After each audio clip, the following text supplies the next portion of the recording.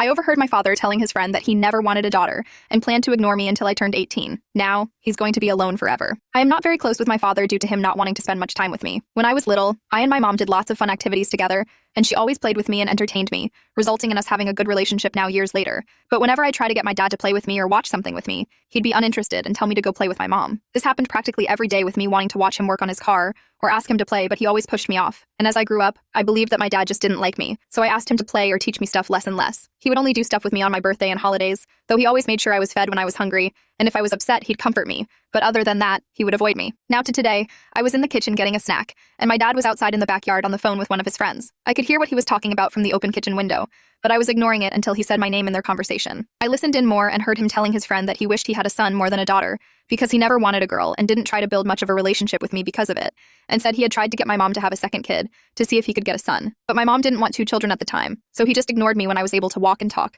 so he could focus on other things and let my mom raise me. I went to my room after hearing this and I'm writing this now. I want to tell my mom because how hurt I feel, but I also don't want to cause an argument between them since they are really close. Does anyone have a few suggestions on what I should do? Should I ask him about it or just tell my mom? Update 1. My mom got home from work, and I waited until she wasn't busy to talk to her. I asked her to come with me to my room, and once we both were in there with the door closed, I told her what I overheard and how I felt. Not just about his hurtful words, but also how I felt my whole life with how he treated me like I'm a stranger. My mom was quiet as I talk, and once I finished, she hugged me and told me how she was really sorry, and hugged me while telling me how I was the best thing to ever happen to her, and that it didn't matter that I was a girl because she'd love me either way, and that's how parents should be, and she'd always be there for me. After a bit, she went to confront my dad, who just admitted it. They got into an argument, which ended with him going to stay at my grandma's house for a bit. Update 2. On to the update. My dad came home last night and my mom was hesitant to let him into the house, but he said he needed to talk, so she let him in.